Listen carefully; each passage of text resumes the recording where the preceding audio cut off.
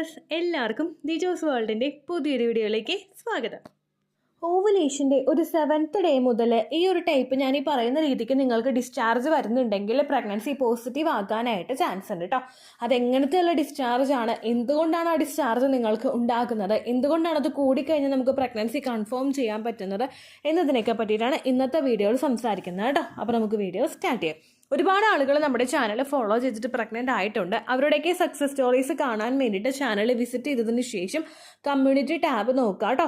അതിൽ ഡെയിലി നിങ്ങൾക്ക് success stories കാണാനായിട്ട് സാധിക്കും. നിങ്ങളുടെ സെയിം ആയിട്ടുള്ള ഹെൽത്ത് കണ്ടീഷൻസ് ഉള്ള ആളുകൾ എന്തെല്ലാം ടിപ്സ് ആണോ ഫോളോ ചെയ്തത് അതിൽ നിങ്ങൾക്ക് താല്പര്യമുള്ള ടിപ്സ് ഫോളോ ചെയ്യാനായിട്ട് ശ്രദ്ധിക്കുക കേട്ടോ. ഒരിക്കലും ഒരു ഡോക്ടറുടെ ട്രീറ്റ്മെൻറ്റിന് സബ്സ്റ്റിറ്റ്യൂട്ട് ആയിട്ടുള്ളതല്ല നമ്മുടെ ചാനലിലെ ടിപ്സ്. നേരെ മറിച്ച് ഡോക്ടറുടെ ട്രീറ്റ്മെൻറ്റ്സിനോടൊപ്പം തന്നെ ലൈഫ് സ്റ്റൈൽ ഇതുപോലെ ചേഞ്ചസ് വരുത്തിക്കൊണ്ടു കഴിഞ്ഞ് കഴിഞ്ഞാൽ നിങ്ങൾക്ക് എളുപ്പത്തിൽ കൺസീവ് ആകാനായിട്ട് അതൊരുപാട് സഹായിക്കും കേട്ടോ.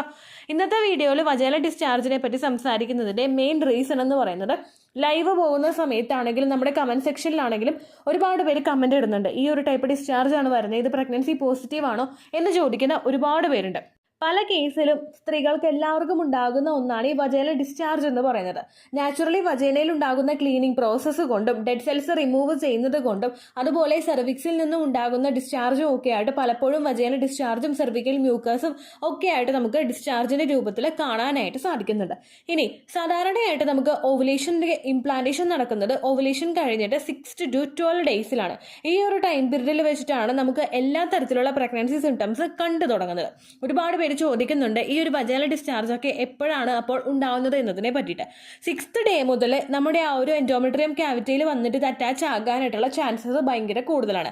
അതിന് മുൻപുള്ള സമയങ്ങളിലൊക്കെ തന്നെയും ഈ ഒരു പ്രോസസ്സ് അങ്ങോട്ടേക്ക് നടക്കാൻ വേണ്ടിയിട്ടും ആ ഒരു ഫെർട്ടിലൈസ്ഡ് ആയിട്ടുള്ള എഗ്ഗിനെ പുഷ് ചെയ്യാതെ കൊടുക്കാനൊക്കെ വേണ്ടിയിട്ട് നമ്മുടെ ശരീരത്തിൽ ഒരുപാട് ഹോർമോൺസ് പ്രൊഡ്യൂസ് ആകുന്നുണ്ട്. നമ്മുടെ റീപ്രൊഡക്റ്റീവ് ഹോർമോൺസ് ആയിട്ടുള്ള ഈസ്ട്രോജനും പ്രൊജസ്ട്രോണും ഒക്കെ ഈ ഒരു സമയത്ത് ക്രൂഷ്യൽ ആയിട്ടുള്ള ഒരു പാർട്ടാണ് വഹിക്കുന്നത്.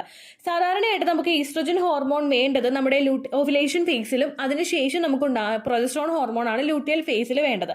ഈ ഒരു രീതിക്കാണ് എപ്പോഴും പോകുന്നത്. പ്രൊജസ്ട്രോണിന്റെ ഒരു ഹൈക്ക് ശരീരത്തിൽ ഉണ്ടാവുമെങ്കിലും ചെറിയൊരു രീതിക്ക് തന്നെ ഈസ്ട്രോജന്റെ ഒരു ഇൻക്രീസും കൂടിയും ശരീരത്തിൽ ഒരു മിഡ് ലൂട്ടിയൽ ഫേസിൽ നമുക്ക് ഉണ്ടാകും. അതായത് ലൂട്ടിയൽ ഫേസിന്റെ മിഡ് പോർഷനിൽ വെച്ചിട്ട് എപ്പോഴും ഡൊമിനൻസ് ഉണ്ടാകുന്നത് പ്രൊജസ്ട്രോണിനാണ്.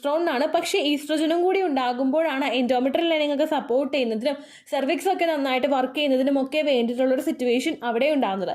അത് മാത്രമല്ല ഫലോപ്പിയൻ ട്യൂബ് നന്നായിട്ട് വർക്ക് ചെയ്യുന്നതിനും അത് ഇംപ്ലാന്റേഷൻ സക്സസ്ഫുൾ ആവുന്നതിനും എൻഡോമെട്രിയം നന്നായിട്ട് മെയിൻറ്റെയിൻ ചെയ്യുന്നതിനും ഈ ഒരു ഈസ്ട്രോജനും ഇമ്പോർട്ടൻ്റ് ആയിട്ടുള്ള ഒരു പങ്ക് വഹിക്കുന്നുണ്ട്. ഈസ്ട്രോജൻ ഹോർമോൺ ശരീരത്തിൽ കൂടിക്കഴിയുമ്പോൾ നമുക്കുണ്ടാകുന്ന ഏറ്റവും വലിയൊരു ലക്ഷണമാണ് ഈ ഇതുപോലെയുള്ള വജൈനൽ ഡിസ്ചാർജ് ഉണ്ടാവുക എന്ന് പറയുന്നത്. ഒരു മിഡ് ലൂട്ടിയൽ ഫേസിലായിരിക്കും നമുക്ക് ഇത്തരത്തിലുള്ള വജൈനൽ ഡിസ്ചാർജ് കൂടുതലായിട്ട് ഫീൽ ചെയ്യുന്നത്. ഈ ഒരു ടൈപ്പ് ഡിസ്ചാർജ് നമുക്ക് കൂടിക്കഴിഞ്ഞ് കഴിഞ്ഞാൽ ഏകദേശം നമുക്കൊരു മിഡ് ലൂട്ടിയൽ ഫേസിൽ വെച്ച് ഈ ഒരു ഡിസ്ചാർജ് ഉണ്ടാകുന്നു. അത് ചിലപ്പോൾ ഈസ്ട്രോജന്റെ ഹൈക്ക് മൂലമോ പ്രൊജസ്ട്രോണിന്റെ ഇൻക്രീസ് മൂലമോ നമുക്ക് ഉണ്ടാകാനായിട്ട് ചാൻസ് ഉണ്ട്. പക്ഷേ പിന്നീട് അങ്ങോട്ടേക്കുള്ള ദിവസങ്ങളിലും ഗ്രാജുവലി ഇതേപോലെ തന്നെ നമുക്ക് ഡിസ്ചാർജ് പോകുന്നുണ്ടെങ്കിൽ അത് പ്രഗ്നൻസിയുടേതാകാനായിട്ടും കൂടി ചാൻസ് ഉണ്ട് കേട്ടോ. കാരണം ഈ എല്ലാ സൈക്കിളിലും മിഡ് ലൂട്ടിയൽ ഫേസിൽ വെച്ചിട്ട് പ്രൊജസ്ട്രോണും ഈസ്ട്രോജനും ഇൻക്രീസ് ആവുന്നതോടൊപ്പം തന്നെ ആ ഒരു മൊമെന്റിൽ വെച്ചിട്ട് നമുക്ക് പ്രഗ്നൻസി സക്സൈഡ് ആയിട്ടുണ്ടെങ്കിൽ പ്രഗ്നൻസി സക്സസ്ഫുൾ ആയിട്ടുണ്ടെങ്കിൽ പിന്നീട് അങ്ങോട്ടേക്കും എൻഡോമെട്രിയത്തിനെ തിക്കായിട്ട് തന്നെ മെയിൻറ്റെയിൻ ചെയ്യുന്നതിനും ആ പ്രഗ്നൻസി സർവൈവ് ചെയ്യാൻ വേണ്ടിയിട്ടുള്ള ഒരു സിറ്റുവേഷൻ ഒരുക്കുന്നതും സെർവിക്സിനെ ഹെൽത്തി ആയിട്ട് മെയിൻറ്റെയിൻ ചെയ്യുന്നതും ഒക്കെ ഈ 2 ഹോർമോൺസ് ആണ്. അതുകൊണ്ട് അതിൻ്റെ രണ്ടിൻ്റെയും ഹൈക്ക് കൊണ്ട് നിങ്ങൾക്ക് ഭാവിയിൽ പിന്നീടും വജൈനൽ ഡിസ്ചാർജ് ഉണ്ടാകാനായിട്ട് ചാൻസ് ഉണ്ട്. അപ്പോൾ ഈ മിഡ് ലൂട്ടിയൽ ഫേസിൽ വരുന്ന ഒരു ഡിസ്ചാർജ്, അതായത് ഓവുലേഷന്റെ 7th ഡേ ഒക്കെ നമുക്ക് ഉണ്ടാകുന്ന ഈ ഒരു ഡിസ്ചാർജ് നിങ്ങൾക്ക് കണ്ടിന്യൂസ് ആയിട്ട് പോകുന്നുണ്ടോ എന്നാണ് ഏറ്റവും ആദ്യം തന്നെ നിങ്ങൾ നോക്കേണ്ടത്. കണ്ടിന്യൂസ് ആയിട്ട് പോകുന്നുണ്ടെങ്കിൽ അത് പ്രഗ്നൻസിയുടേതാകാനായിട്ട് ചാൻസ് ഉണ്ട്. ഇനി നിങ്ങൾക്ക് പ്രഗ്നൻസി അല്ല പീരിയഡ്സ് ആണ് വരുന്നതെങ്കിൽ ഒരു പകുതി ഒരു പോർഷനിൽ വെച്ചിട്ട് ഈ ഡിസ്ചാർജ് സ്റ്റോപ്പ് ആകാനായിട്ടും ചാൻസ് ഉണ്ട് കേട്ടോ. ഇനി ഞാൻ ഈ ഡിസ്ചാർജ് എന്ന് പറയുമ്പോഴേക്കും ഓവുലേഷൻ സമയത്ത് പ്രൊജസ്ട്രോണിന്റെ ഒരു ഹൈക്ക് ഈസ്ട്രോജന്റെ ഒരു ഹൈക്ക് മൂലം മിഡ് ലൂട്ടിയൽ ഫേസിൽ നമുക്ക് ഉണ്ടാകുന്ന ഡിസ്ചാർജ് ഒരു സ്പെഷ്യൽ ടൈപ്പാണ്. അതായത് ഇത് നമുക്ക് ഓഡർലെസ് ആയിട്ടുള്ള, അതായത് മണമൊന്നും ഒരുപാട് നമ്മൾ മൂക്കിലോട്ട് എടുത്ത് മണപ്പിച്ചാൽ മാത്രം ചിലപ്പോൾ നമുക്കൊരു മണം തോന്നും.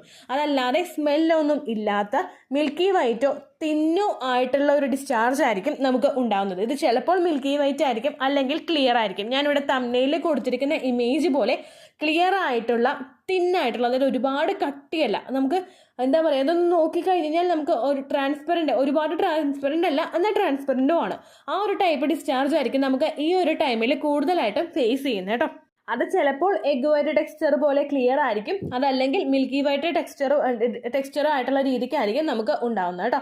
ഏറ്റവും ആദ്യത്തെ ഈ ഒരു റീസൺ എന്ന് പറയുന്നത് ഈസ്ട്രോജന്റെ ഹൈക്ക് മൂലമാണെങ്കിൽ പിന്നീട് അങ്ങോട്ടേക്ക് നമുക്ക് ആ ഒരു സെർവിക്സിലോട്ടുള്ള ബ്ലഡ് സർക്കുലേഷൻ കൂടുന്നതുമാണ് നിങ്ങൾക്ക് ഇത്തരത്തിലുള്ള ഡിസ്ചാർജ് ഉണ്ടാകാനായിട്ടുള്ള ഒരു ചാൻസ് കേട്ടോ.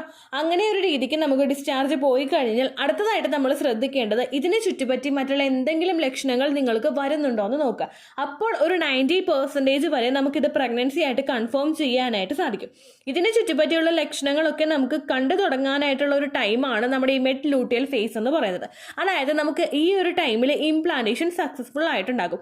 ഇത് സക്സസ്ഫുൾ ആകുന്നതിനനുസരിച്ചിട്ട് ശരീരത്തിൽ HCGയുടെ ലെവൽ കൂടും. അതുപോലെ ഈസ്ട്രോജനും പ്രൊജസ്ട്രോണും ഹൈക്ക് ഒന്നും കൂടി നമ്മുടെ ശരീരത്തിൽ ഫസ്റ്റ് ട്രൈമസ്റ്ററിലൊക്കെ ഉണ്ടാകും. അതിനെ ചുറ്റിപ്പറ്റി നമുക്ക് പറയാൻ പറ്റുന്ന ഏറ്റവും വിസിബിൾ ആയിട്ടുള്ള ലക്ഷണങ്ങളാണ് വോമിറ്റ് ചെയ്യാനായിട്ട് തോന്നുക, അല്ലെങ്കിൽ വോമിറ്റ് ചെയ്യുക, കണ്ടിന്യൂസ് ആയിട്ട് ഹാർട്ട് ബേൺ ഉണ്ടാവുക, തളർച്ചയും ക്ഷീണവും ഒക്കെ കണ്ടിന്യൂസ് ആയിട്ട് നമുക്ക് വരിക, ഉറക്കം കൂടുതൽ നമുക്ക് ഉണ്ടാവുക, ചില സമയങ്ങളിൽ രാത്രി ഒട്ടും തന്നെ ഉറക്കം ഇല്ലാത്ത സിറ്റുവേഷൻസ് ഉണ്ടാവുക. ഈ ലക്ഷണങ്ങളൊക്കെ കണ്ടിന്യൂസ് ആയിട്ട് വരുന്നുണ്ടെങ്കിൽ നമുക്കത് പ്രഗ്നൻസി പോസിറ്റീവ് ആയതായിട്ട് കൺക്ലൂഡ് ചെയ്യാനായിട്ട് സാധിക്കും കേട്ടോ. അപ്പോൾ നമ്മൾ നമ്മുടെ ബോഡിയെ മെയിൻറ്റെയിൻ ചെയ്ത് കൊടുക്കുകയാണ് ഈ ഒരു സമയത്ത് വേണ്ടത്. ഇതുപോലുള്ള ഡിസ്ചാർജ് കൂടുതലായിട്ട് വരുന്ന സമയത്ത് നമുക്ക് വജൈനൽ ഇൻഫെക്ഷൻസ് പോലുള്ളവ റെക്കറന്റ് ആയിട്ട് ഉണ്ടാകാനായിട്ട് ചാൻസ് ഉണ്ട്. ഡിസ്ചാർജ് കൂടുതലായിട്ട് വരുമ്പോഴേക്കും നമുക്ക് അവിടെ ഒരുപാട് നനവ് ഫീൽ ചെയ്യും. അതിന്റെ ഭാഗമായിട്ട് ചൊറിച്ചിലുണ്ടാകാനായിട്ട് സാധ്യതയുണ്ട്. പ്രഗ്നൻസി പോസിറ്റീവ് ആകുന്ന സമയത്ത് നമുക്ക് ചൊറിച്ചിലും അതുപോലെ ഈസ്റ്റ് ഇൻഫെക്ഷനും ഒക്കെ ഉണ്ടാകാനായിട്ടുള്ള ചാൻസസ് ഭയങ്കര കൂടുതലാണ്. അതുകൊണ്ട് ഡിസ്ചാർജ് പോകുന്ന സമയത്ത് നിങ്ങൾ ഒന്നുകൂടി ഇന്റിമേറ്റ് ഹൈജീൻ നന്നായിട്ട് കൊണ്ടുപോവുക. ഒരു ദിവസം 2 തവണയെങ്കിലും നമ്മൾ ആ ഒരു അണ്ടർ ഗാർമെന്റ്സ് മാറാനായിട്ട് ശ്രദ്ധിക്കുക.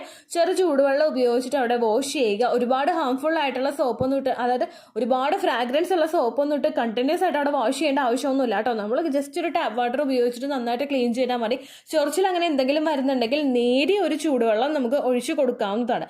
അസ്വസ്ഥതകളും ചൊറിച്ചിലും ഒക്കെ കൂടുതലായിട്ട് വരുന്നുണ്ടെങ്കിൽ ഡോക്ടറെ കണ്ടിട്ട് ഇന്റിമേറ്റ് ഹൈജീൻ്റെ പ്രൊഡക്ട്സ് ഉപയോഗിക്കുക. ഈസ്റ്റ് ഇൻഫെക്ഷൻ അല്ല എന്നുള്ള കാര്യം കൂടി നിങ്ങൾ ഉറപ്പുവരുത്തുക കേട്ടോ. ഇത്രയും ശ്രദ്ധിച്ചു കഴിഞ്ഞാൽ കൃത്യമായിട്ട് അത് എന്തുകൊണ്ടാണ് ഇങ്ങനെ സംഭവിക്കുന്നതെന്ന് നമുക്ക് മനസ്സിലാക്കാനായിട്ട് സാധിക്കും. ഇനി ഈ ഒരു ലക്ഷണം ഉണ്ടെങ്കിൽ മാത്രമാണോ പ്രഗ്നന്റ് ആവുക എന്ന് വിചാരിക്കുന്ന ഒരുപാട് പേരുണ്ട്. ഈസ്ട്രോജന്റെയും പ്രൊജസ്ട്രോണിന്റെ ലെവല് നമ്മുടെ ലൂട്ടിയൽ ഫേസിൽ എന്തായാലും കൂടും എന്ന് വെച്ചിട്ട് എല്ലാവർക്കും ഇതുപോലെ ഡിസ്ചാർജ് ഉണ്ടായിക്കൊള്ളണമെന്നില്ല. ചിലവർക്ക് ഈ ഒരു ടൈപ്പ് വ്യത്യാസം ഉണ്ടാകുന്നത് ചിലപ്പോൾ വജൈനൽ ഡ്രൈനസിലൂടെ ആയിരിക്കും. അതായത് യാതൊരു തരത്തിലുള്ള ഒരു ഡിസ്ചാർജ് ഉണ്ടാവില്ല. ഇനി ഡിസ്ചാർജ് പോകുന്നുണ്ടെങ്കിൽ തന്നെ ക്വാണ്ടിറ്റി ഭയങ്കര ലെസ് ആയിരിക്കും.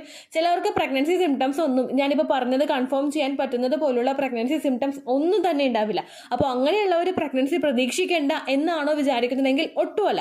അങ്ങനെയുള്ള ആളുകൾക്കും പ്രഗ്നൻസി പോസിറ്റീവ് ആകാനായിട്ട് ചാൻസ് ഉണ്ട്.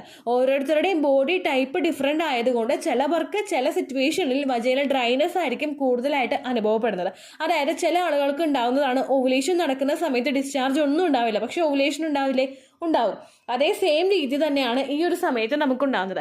പ്രഗ്നൻസിയുടെ എല്ലാ മാറ്റങ്ങളും ശരീരത്തിലുണ്ടാകും, പക്ഷേ പ്രഗ്നൻസി ഡിസ്ചാർജ് ഉണ്ടാവില്ല. അതുകൊണ്ട് ഈ ഒരു ലക്ഷണം ഇല്ലെങ്കിൽ നിങ്ങൾ പ്രഗ്നൻസി ആകില്ല എന്ന് വിചാരിച്ചിട്ട് ഒരിക്കലും ഇരിക്കരുത് കേട്ടോ. ചില ആളുകൾക്ക് ഈ ഡിസ്ചാർജ് പോകുന്നതിന്റെ അളവ് ഭയങ്കര കൂടുതലായിരിക്കും. ചില ആളുകൾക്ക് ഒട്ടും തന്നെ ഡിസ്ചാർജ് ഉണ്ടാവില്ല, പക്ഷേ ടെസ്റ്റ് ചെയ്ത് നോക്കുമ്പോൾ പോസിറ്റീവ് ആയിരിക്കും. അതാണ് കേട്ടോ കൺവേ ചെയ്യാനായിട്ട് ശ്രമിച്ചത്. ഈ ഒരു ലൂട്ടിയൽ ഫേസിന്റെ സമയത്ത് കൂടി കടന്നു പോകുമ്പോഴും നിങ്ങൾ ശരീരം നന്നായിട്ട് ശ്രദ്ധിക്കുക. അതായത് നമ്മളെ കൊണ്ട് ചെയ്ത് കൊടുക്കാൻ പറ്റുന്ന ഒരു സപ്പോർട്ട് ബോഡിക്ക് നിങ്ങൾ ചെയ്ത് കൊടുക്കുക. അത് നിങ്ങൾക്ക് ചെയ്യാൻ പറ്റുന്നത് ഹെൽത്തി ആയിട്ടുള്ള ഫുഡ് കഴിക്കുമ്പോഴും സ്ട്രെസ് ഫ്രീ ആയിട്ട് ഇരിക്കുമ്പോഴും വെള്ളം ധാരാളം കുടിക്കുമ്പോഴും അതുപോലെ ഫെർട്ടിലിറ്റി എക്സസൈസുകൾ ചെയ്യുമ്പോഴുമാണ്. ഈ ഓരോ കാര്യങ്ങളും കൃത്യമായിട്ട് മെയിൻറ്റെയിൻ ചെയ്യുകയാണെങ്കിൽ രക്തയോട്ടം നന്നായിട്ട് വർദ്ധിക്കുന്നതിനും ബ്ലഡ് സർക്കുലേഷൻ പ്രോപ്പറായിട്ട് വന്നു കഴിഞ്ഞാൽ എൻഡോമെട്രിയൽ ലൈനിങ് തിക്കണായിട്ട് മെയിൻറ്റെയിൻ ചെയ്യുന്നതിനും എംബ്രിയോയിലോട്ടുള്ള ബ്ലഡ് സർക്കുലേഷൻ കൂട്ടാൻ വേണ്ടിയിട്ടും അത് സഹായിക്കും. ഒരുപാട് ആളുകൾക്ക് സെഡൻഡറി ലൈഫ് സ്റ്റൈൽ ഫോളോ ചെയ്യുന്നത് കൊണ്ട് എംബ്രിയോയിലോട്ടുള്ള രക്തയോട്ടം പല കേസിലും ആ ഒരു പ്രഷർ അനുസരിച്ചിട്ട് കൃത്യമായിട്ട് പോകാത്തത് കൊണ്ട് പ്രഗ്നൻസി നഷ്ടമായി പോകുന്നുണ്ട്. ഒരു പ്രഷറിന്റെ കാര്യത്തിൽ വേരിയേഷൻസ് ഒക്കെ സംഭവിക്കുമ്പോഴാണ് ഇതുപോലുള്ള ബുദ്ധിമുട്ടുകൾ ഉണ്ടാകുന്നത്. അത് അവോയ്ഡ് ചെയ്യാൻ വേണ്ടിയിട്ട് നമുക്ക് ധാരാളം നട്ട്സ് കഴിക്കാവുന്നതാണ്. ഒപ്പം ഫെർട്ടിലിറ്റി എക്സസൈസും ചെയ്യാവുന്നതാണ് കേട്ടോ. ഇത്രയേ ഉള്ളൂ വീഡിയോ. യൂസ്ഫുൾ ആയി കാണുമെന്ന് വിശ്വസിക്കുന്നു. യൂസ്ഫുൾ ആവുന്നുണ്ടെങ്കിൽ ലൈക്ക് ചെയ്യുക, ഫ്രണ്ട്സിനൊക്കെ ഷെയർ ചെയ്ത് കൊടുക്കുക കേട്ടോ. എന്തെങ്കിലും സംശയം ഉണ്ടെങ്കിൽ നിങ്ങൾ കമൻസിൽ ചോദിക്കുക. പണ്ടത്തെ വീഡിയോയ്ക്ക് കമൻസ് ഇടുന്നവർക്ക് റിപ്ലൈ ലഭിക്കുന്നില്ലെങ്കിൽ ലേറ്റസ്റ്റ് ആയിട്ട് ഞാൻ ഏത് വീഡിയോ ആണ് അപ്ലോഡ് ചെയ്യുന്നത് അതിന് താഴെ കമൻറ്റ് ഒന്ന് കോപ്പി പേസ്റ്റ് ചെയ്യാനായിട്ട് ശ്രദ്ധിക്കുക കേട്ടോ. അതുപോലെ ഓവുലേഷൻ ഡേറ്റ് കാൽക്കുലേറ്റ് ചെയ്ത് തരാനായിട്ട് റിക്വസ്റ്റ് ചെയ്യുന്ന ആളുകൾ എത്രയാണോ സൈക്കിൾ ലെങ്ത് അത് മെൻഷൻ ചെയ്യാനായിട്ട് ശ്രദ്ധിക്കുക. സൈക്കിൾ ലെങ്ത് എന്നതുകൊണ്ട് ഉദ്ദേശിച്ചത് ഓരോ മാസവും എത്ര ദിവസം കൂടുമ്പോഴാണോ ബ്ലീഡിങ് വരുന്നത് അതാണ് സൈക്കിൾ ലെങ്ത്. കഴിഞ്ഞ മാസം ഒരു 8-ാം തീയതിയാണ് ബ്ലീഡിങ് ആയതെങ്കിൽ ഈ മാസം 6-ാം തീയതിയാണ് ബ്ലീഡിങ് ആയതെങ്കിൽ കഴിഞ്ഞ മാസം 8-ാം തീയതി മുതൽ ഈ മാസം 6-ാം തീയതി വരെ എത്ര ദിവസമുണ്ടോ അത് കാലണ്ടറിൽ എണ്ണി തിട്ടപ്പെടുന്നതാണ് നിങ്ങളുടെ സൈക്കിൾ ലെങ്ത്. സൈക്കിൾ ലെങ്ത് നമ്മൾ കൃത്യമായിട്ട് കാൽക്കുലേറ്റ് ചെയ്യുകയാണെങ്കിൽ ഓവുലേഷൻ ഡേറ്റ് എളുപ്പത്തിൽ കണ്ടുപിടിക്കാൻ വേണ്ടിയിട്ട് ഒരുപാട് ആപ്ലിക്കേഷൻസും ഒരുപാട് ഓൺലൈൻ ആയിട്ടുള്ള വെബ്സൈറ്റുകളും ഇന്ന് നമുക്ക് അവൈലബിൾ ആണ്.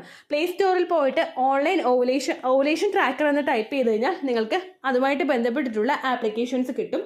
അത് പറ്റുന്നില്ല എങ്കിൽ ഗൂഗിളിൽ പോയിട്ട് ഓൺലൈൻ ഓവുലേഷൻ കാൽക്കുലേറ്റർ എന്ന് ടൈപ്പ് ചെയ്ത് കഴിഞ്ഞാൽ അതുമായിട്ട് ബന്ധപ്പെട്ടിട്ടുള്ള വെബ്സൈറ്റുകൾ നിങ്ങൾക്ക് കിട്ടും. അതിൽ നിങ്ങളുടെ ലാസ്റ്റ് മന്തിലെ മെൻസ്ട്രേഷൻ്റെ ഡേറ്റും ഒപ്പം ഞാൻ ഈ പറഞ്ഞ രീതിക്ക് നിങ്ങൾ കാൽക്കുലേറ്റ് ചെയ്യുന്ന സൈക്കിൾ ലെങ്ത്തും എൻ്റർ ചെയ്ത് കൊടുക്കുകയാണെങ്കിൽ നിങ്ങൾക്ക് കൃത്യമായിട്ട് ഓവുലേഷൻ ഡേറ്റ് കണ്ടുപിടിക്കാനായിട്ട് സാധിക്കും.